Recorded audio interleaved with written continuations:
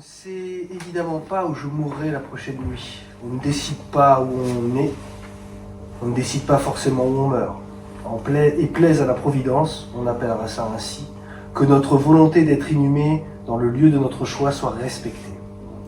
Je me suis dit qu'une des possibilités à titre personnel était d'être incinéré, que les cendres soient dispersées à Libreville, sur le bord de mer ou en Lambarénie. C'est le genre d'idée qui passe comme ça, léger voile, on y pense, puis on oublie, on se dit que la mort c'est pas pour tout de suite, ni pour demain. Et puis plus tard, on voit ces jeunes mourir carbonisés dans un bar en Suisse, et on se rappelle qu'il n'y a pas d'âge pour partir. La ville que j'ai quittée en 2002 n'existe plus, ou presque. On s'est inquiété un peu pour moi au début, avant mon voyage au Gabon, tel oncle, telle tante, tel cousin, tel ami. Je recale très vite, je suis un monsieur de 43 ans, né au Gabon. Je ne suis pas un touriste au Gabon. Je suis un Gaboma qui revient. Je dois reprendre mes marques. Je m'étonne de les reprendre aussi vite. Je n'avais pas oublié par exemple ce mélange de nonchalance et de malpolitesse de certains employés dans les magasins. Je n'ai pas oublié ma capacité en réaction à être nonchalant et malpoli face à ces employés. Et s'il le faut, je m'y emploie avec talent. Mais évidemment que Libreville a changé. Au début des années 2000, c'était une capitale de peut-être 200 000 habitants. Il y avait cette expression courante, tout le monde se connaît à Libreville. Même dans un patelin de 2000 habitants, ce n'est pas possible que tout le monde se connaisse. Non, ça voulait dire que la ville n'était pas grande. Certains la surnommaient le Petit Paris. Dès qu'ils le pouvaient, les Gabonais des classes moyennes allaient faire l'expérience Abidjan. Abidjan, ça, c'était la ville. Le Manhattan de l'Afrique francophone, qu'il disait.